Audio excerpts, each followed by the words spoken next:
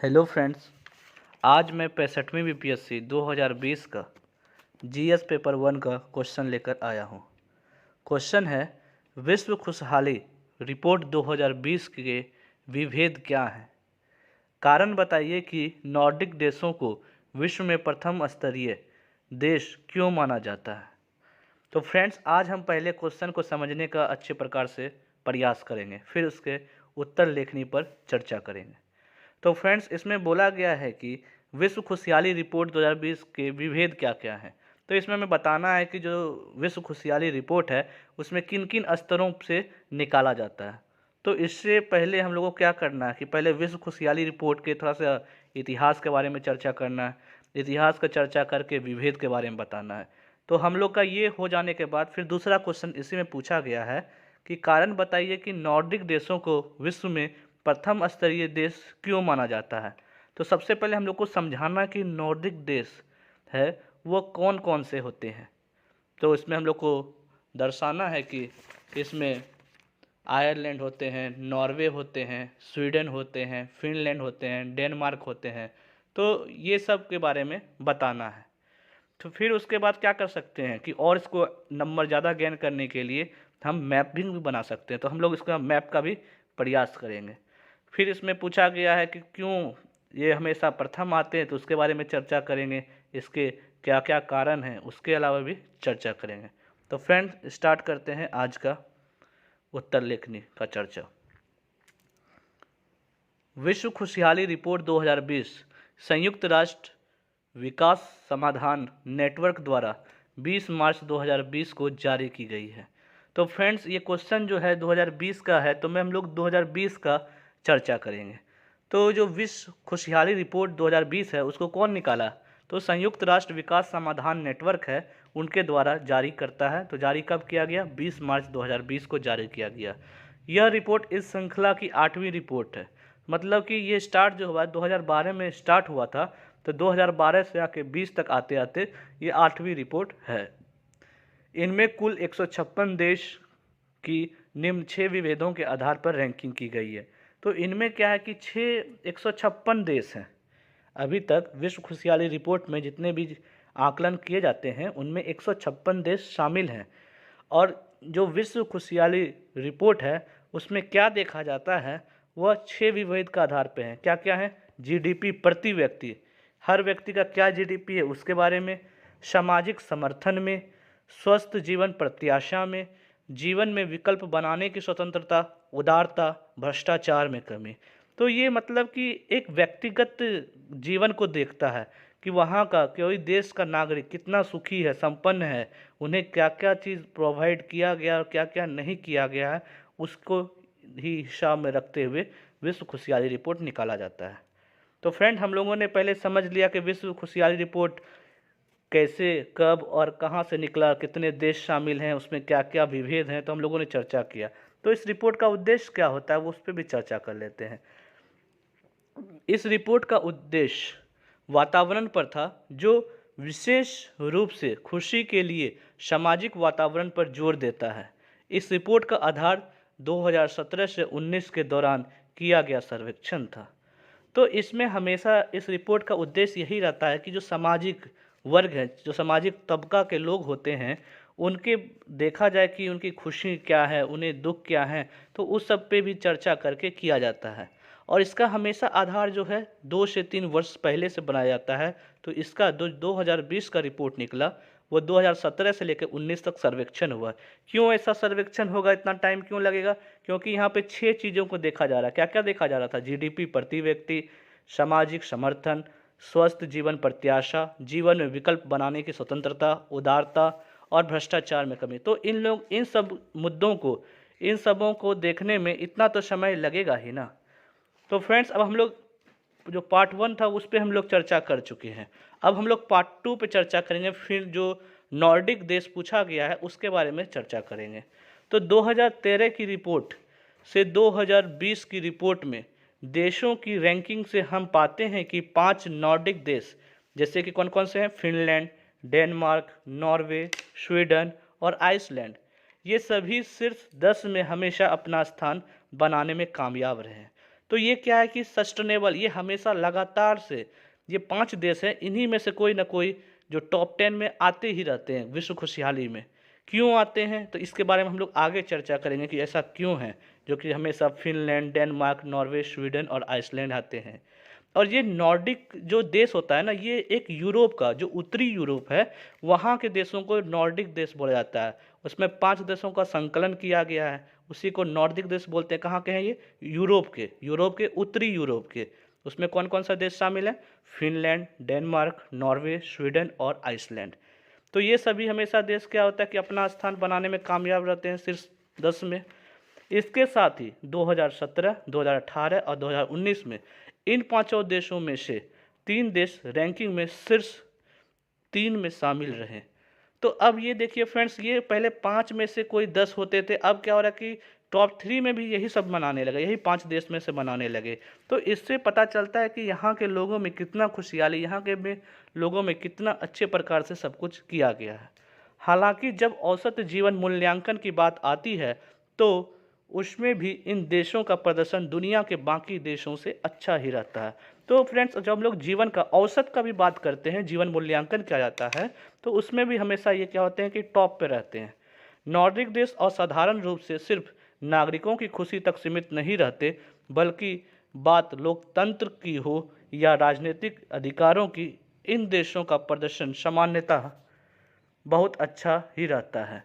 तो फ्रेंड्स, हम लोगों ने चर्चा किया कि ये जो नॉर्डिक देश है, यहाँ के जो नागरिक की खुशी है, और या लोकतंत्र हो या राजनीतिक अधिकार हो, सब का प्रदर्शन सामान्यतः अच्छा रहता है, जिस वजह से इन्हें हमेशा टॉप 3 में, शीर्ष 3 में बनाए रखने में मदद करता है। तो फ्रेंड्स, सबसे पहले अब हम लोग क्या करेंगे कि नॉर्डिक देश जो है वो उसको बनाने का प्रयास करेंगे, मैपिंग करेंगे। क्यों? अगर हम मानचित्र के द्वारा दर्शाते हैं तो एग्जामिनर जो चेक करते हैं तो उनको और नंबर देने पर विवशतापूर्ण होता है, उन्हें देना ही पड़ेगा नंबर।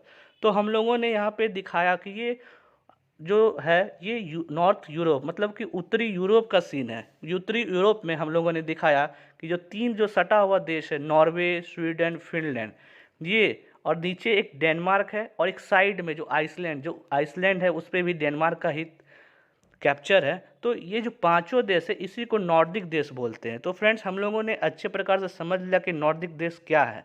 अगर हम मैप पे दर्शाते हैं, मैपिंग करते हैं, तो नंबर ज़्यादा मिलने का चांसेस और भी बढ़ जाते हैं। विश्व के कई सामाजिक सूचकांकों जैसे भ्रष्टाचार में कमी, नागरिकों के बीच विश्वास, सुरक्षा, सामाजिक सामंजस्य, लैंगिक समानता, आय का वितरण, मानव विकास सूचकांक तथा कई वैश्विक तुलनाओं में हमेशा नॉर्डिक देश ही शीर्ष पर होते हैं। तो फ्रेंड्स, ये साधारण सी बात है कि यहाँ पे ही होंगे, क्योंकि यहाँ पे भ्रष्टाचार ही नहीं है, यहाँ पे विश्वास है, यहाँ पे सुरक्षा है, यहाँ सामाजिक सामंजस्य है, लैंगिक समानता है, सारे लोग बराबर हैं, आय का वितरण भी बराबर है, मानव विकास सूचकांक है। तो ये सब से भी क्या होता है, नॉर्डिक जो देश है यहाँ पे सब कुछ संतुलित है।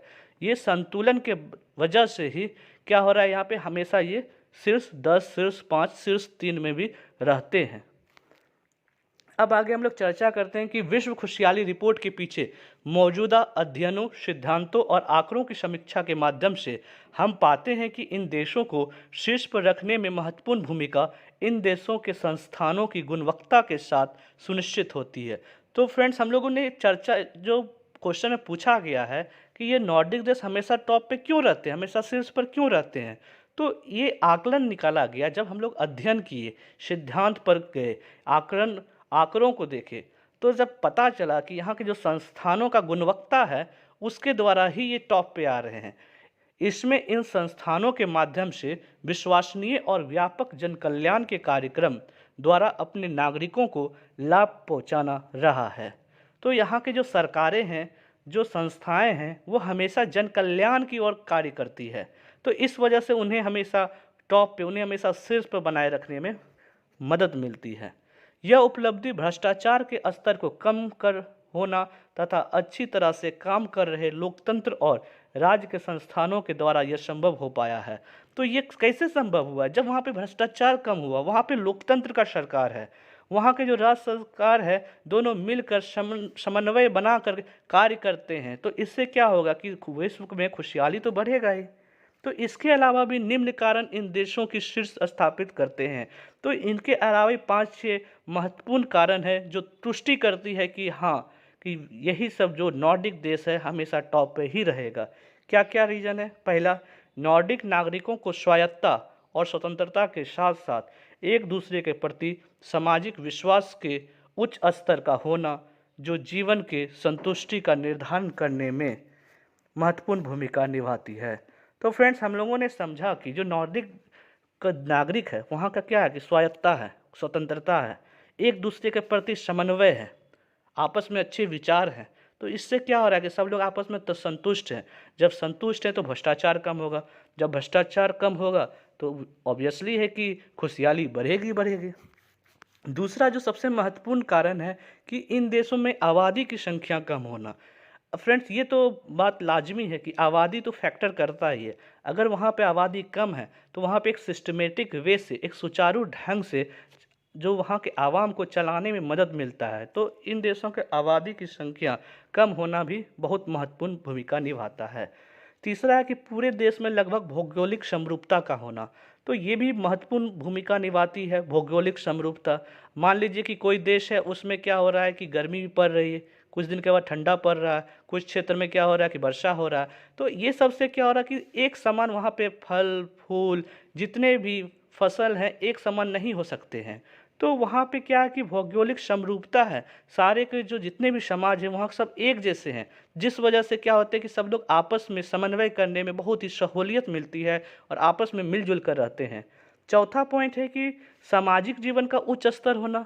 वहाँ के सारे लोग जितने भी हैं सरकार के द्वारा अच्छे प्रकार से क्या कर रहा है कि क्रियाओं का क्रियान्वयन किया जा रहा है, जिस वजह से सामाजिक जीवन उच्च स्तर पे है। वहाँ के लोग पढ़े लिखे हैं, उन लोगों को अच्छे प्रकार से बातें समझते हैं। और मैं बता दूं कि जो नॉर्वे है वहीं के शतरंज मास्टर जो मैग्नस कार्लसन है वो भी वहीं के। इससे वो भी दिखाता ना कितने सामाजिक में हैं और कितने पढ़े लिखे हैं और कितने दिमाग भी उतने तेज हैं। क्यों? क्योंकि वहाँ के लोग क्या है, खुशहाली रहते हैं। खुशहाल रहेंगे तो अच्छा ही करेंगे।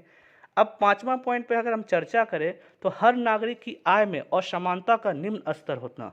तो क्या हो रहा है कि वहाँ पे लोग जो हैं सारे लोग कमा रहे हैं, अपना जीवन व्यतीत कर रहे हैं, सबका आर्थिक समरूपता है, जिस वजह से क्या हो रहा है कि अगर सबसे मेन लड़ाई झगड़े में क्या हो रहा है कि आर्थिक ही है ना। अगर आप कमाते नहीं हैं, 5 लोग खाने वाले, एक कमाने वाले, तो वहाँ तो लड़ाई होना ही होना है, वहाँ भ्रष्टाचार होना ही होना है। वो अपना जीवन नहीं पालेंगे तो क्या करेंगे? चोरी करेंगे, डकैती करेंगे। तो वहाँ पे क्या हो रहा है कि सारे लोग का जीवन जो है, सारे लोगों का आय है, सबका समानता बहुत ही कम है, जिस वजह से क्या हो रहा है कि वहाँ के लोग खुशहाल से रह पा रहे हैं। छठा है कि जीवन में विकल्प बनाने की स्वतंत्रता का होना। तो वहाँ पे क्या हो रहा है कि जीवन में न कोई और भी कार्य कर सकते हैं, वहाँ पे छूट मिली हुई है। ऐसा नहीं कि तुम यही करो या वही करो, कोई भी वहाँ पर प्रतिबंध नहीं लगा हुआ है। जो आपका मन है उस पर करिए और अच्छे प्रकार से करिए, बस अपना बेस्ट दीजिए। तो फ्रेंड्स, हम लोग अब निष्कर्ष की ओर चलेंगे। तो इसके अलावा भी इन देशों की सरकार और जनता के बीच संवाद तथा भरोसा। ऊपर की समीक्षा में उल्लेखित नार्डिक देशों की खुशी की व्याख्या सिर्फ एक विस्तृत सूची के द्वारा नहीं की जा सकती है। तो फ्रेंड्स, सिर्फ जो बातें लिखी हुई है या जो खुशहाली निकाली जा रही है रिपोर्ट के अनुसार, सिर्फ उसी के द्वारा हम लोग समीक्षा नहीं कर सकते हैं कि इस वजह से खुश है। इसके अलावा भी वहाँ पे क्या है कि वहाँ के सरकार और जनता जो है आपस में समन्वय करते हैं, आपस में संवाद करते हैं, जिस वजह से क्या होता है कि हमेशा हल की ओर जाता है। और कोई भी देश अगर सरकार और जनता के बीच में संवाद होगा और भरोसा होगा तो कोई भी देश विकासशील ही होगा, हमेशा तरक्की ही करेगा। अब आगे हम लोग क्या कर सकते हैं कि इसके अलावा भी कई कारण हैं जो इसमें सहयोग कर एक समग्र रूप से देश के नागरिकों की आवश्यकताओं को संतुष्ट कर एक खुशहाल देश के निर्माण करते हैं। उदाहरण में आर्थिक सुरक्षा और नुकसान की स्थिति में सरकार का सहयोग। तो फ्रेंड्स, सरकार जो वहाँ की जनता है खुश क्यों नहीं हो? अगर आर्थिक सुरक्षा उन्हें दिया जाए, अगर फसल नुकसान हो गया है या कोई भी नुकसान है तो वहाँ पे अगर सरकार के द्वारा सहायता मिला जाए तो वहाँ के लोग क्यों ना खुश रहेंगे? वहाँ के लोग खुश रहेंगे, भ्रष्टाचार से दूर रहेंगे। तो कई अनुसंधान द्वारा यह स्पष्ट हुआ है कि तुलनात्मक सामाजिक अध्ययन के द्वारा मानव सभ्यता की भलाई के लिए एक महत्वपूर्ण भूमिका निभाई जा सकती है। तो फ्रेंड्स ये क्वेश्चन जो पूछा गया है, इसका पूछने का मेन मकसद क्या है कि मान लीजिए कि आप बीपीएससी का एग्ज़ाम दे रहे हैं या यूपीएससी का एग्ज़ाम दे रहे हैं, तो हमेशा क्या हो रहा है कि जो वहाँ के नॉर्डिक देश है, क्या उसका कंपेयर हम भारत से भी कर सकते हैं क्या? अगर हम तुलनात्मक सामाजिक अध्ययन से करें, तो वहाँ की जो तुलना है, यहाँ भी हम उस पे फॉलो कर सकते हैं। तो ये क्वेश्चन पूछने का मतलब यही है कि हम लोग तुलनात्मक करके अपने जीवन स्तर को और बढ़ा सकते हैं। हम लोग अपने जो जीवन है उसको और ऊपर तक बढ़ा के देश के तरक्की में और विकास में सहयोग कर सकते हैं। तो फ्रेंड्स, हम लोगों ने इस क्वेश्चन को भली भांति समझ लिया है कि विश्व खुशहाली रिपोर्ट 2020 के विभेद क्या हैं और कारण बताइए कि नॉर्डिक देशों को विश्व में प्रथम स्तरीय देश क्यों माना जाता है। तो फ्रेंड, जो रेड पेन से यहाँ पे अंडरलाइन किया गया है, अब वो क्या है कि की पॉइंट है। अब उस की पॉइंट को समझिए, बूझिए और हो सके तो अपने उत्तर पुस्तिका में प्रयोग करने का ज़्यादा से ज़्यादा प्रयास करिए। तो फ्रेंड्स, मिलते हैं अगले क्वेश्चन के साथ। तब तक के लिए thank you and have a nice day.